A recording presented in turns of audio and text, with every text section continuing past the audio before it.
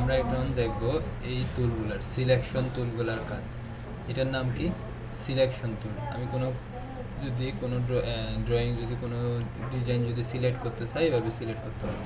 যেমন এটাতে ক্লিক করলেও আমরা সিলেক্ট করতে পারতেছি, এটাতে ক্লিক করলেও সিলেক্ট করতে পারতেছি, এভাবে সিলেক্ট করতে পারবো। আর এইভাবে চাইলেও করতে পারবো। আবার নিচে থেকেও যে কোনো কাছ থেকে আমরা যদি কোনো ডিজাইনের উপর এভাবে উপর থেকে নিচে রেক্টেঙ্গুলার কি টান দেই, ওটা চলে যাবে। হ্যাঁ, এভাবে চলে আসবে। এরপরে এটার নাম হচ্ছে ডাইরেক্ট সিলেকশন টুল। এটাতে ক্লিক করলাম, এটা আমরা ডাইরেক্টলি একটা সিলেক্ট করতে পারবো, এভাবে সিলেক্ট করতে পারবো। ঠিক আছে, মানে একদম একটা নির্দিষ্ট কোনো একটা ওয়েবে সিলেক্ট করে নিয়ে যেতে পারবো। এরপরে এখানে আরেকটা অপশান আছে, এটার নাম কি? Group selection tool. এখানে যদি আমরা গ্রুপ করে রাখি, যেমন এটা আমি পুরোটা সিলেক্ট করলাম, রাইট বাটন ক্লিক করে গ্রুপ করে দিলাম, এটা গ্রুপ করা আছে, মানে একসাথে এখন একসাথে কি হয়ে গেছে? গ্রুপ হয়ে গেছে, একটা গ্রুপের মধ্যে করছি। কীভাবে গ্রুপ করছি? পুরোটা সিলেক্ট করছি, সিলেক্ট করে রাইট বাটন ক্লিক, এখন আনগ্রুপ আছে কারণ আমরা গ্রুপ করে নিছি।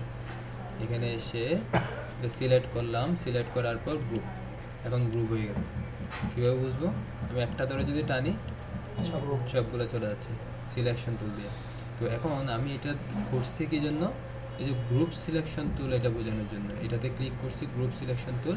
এখন যদি আমি একটাতে ক্লিক করি একটা টেনে নিয়ে যেতে পারবো। গ্রুপ করা থাকার পরেও যদি আমি নির্দিষ্ট কোনো একটা সিলেক্ট করি, ওটা আমরা টেনে এক জায়গা থেকে অন্য জায়গায় নিয়ে যেতে পারবো গ্রুপ সিলেকশন টুলের সাহায্যে। আচ্ছা, এটা গেল। এরপর এটার নাম কি? ম্যাজিক ওয়ান্ড টুল। ম্যাজিক ওয়ান্ড টুল এটা এক ধরনের ম্যাজিকের মতো কাজ করে। তো এটা কীরকম? আমি এখানে ক্লিক করলাম, ক্লিক করার পর আমি যদি রেডের উপর ক্লিক করি, এই ডিজাইনের মধ্যে এখানে কি এটা তো রেড আছে, এটা তো রেড আছে, সবগুলো কি হয়ে গেছে? সিলেক্ট হয়ে গেছে। আমি এটাতে ক্লিক করলাম, সবুজ যেখানে যেখানে আছে, গ্রিন কালার যেখানে যেখানে আছে ওখানে সিলেক্ট হয়ে গেছে। এটাতে ক্লিক করলাম, ব্ল্যাক যেখানে যেখানে আছে ওখানে সিলেক্ট হয়ে গেছে। তার মানে নির্দিষ্ট কোনো কালারকে যদি সিলেক্ট করতে চাই আমরা ম্যাজিক ওয়ান্ড টুলের সাহায্যে করতে পারবো। এরপর এটার নাম কি? লেসু টুল। লেসু টুল এটাও আমরা এখানে সিলেক্ট করার জন্য ইউজ করব। যেমন আমি যদি এটা দিয়ে সিলেক্ট করতে চাই, এভাবে এইগুলো সবগুলো সিলেক্ট হচ্ছে, একটু আনগ্রুপ করে দিই, এভাবে সবগুলো সিলেক্ট করতেছে। তো এখন আমার এখানে এই যে মাঝখান থেকে শুধু এটা এটা এটা এবং এটা সিলেক্ট করতে হচ্ছে, এবং এখান থেকে এটা সিলেক্ট করতে হচ্ছে। এগুলো যদি আমাদের সিলেক্ট করতে হয় কীভাবে করব?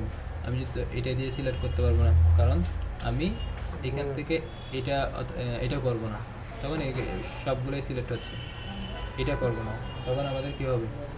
তখন এটা করা যাবে না। হ্যাঁ, তখন এটা যদি সিলেক্ট করতে চাই, লেসু টুলের সাহায্যে আমরা এটার উপর একটা দাগ দিচ্ছি, দেখুন। আচ্ছা, এটা দিব না, এখানে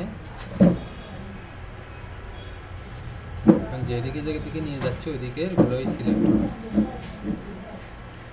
এই যে এগুলোই সিলেক্ট হয়েছে, এটা সিলেক্ট হয়েছে, যেগুলোতে সিলেক্ট হয়েছে এখানে পয়েন্ট আছে, এটা কিন্তু পয়েন্ট নাই, তার মানে এটা সিলেক্ট হয় না। তার মানে লেসু টুলের সাহায্যে আমরা যেটার ভিতরে বৃত্ত আকার করবো ওইটাতেই আমাদের বৃত্ত আকার যে কোনো কিছু করে ওইটাতেই আমাদের সিলেক্ট হবে। তার মানে যেভাবে ঘুরাবো, যেমন এখান থেকে আমি এটা ইয়া করে দিচ্ছি, এগুলোর উপর করে দিলাম, ওগুলোই সিলেক্ট হচ্ছে, বাইরেগুলো সিলেক্ট হয় না।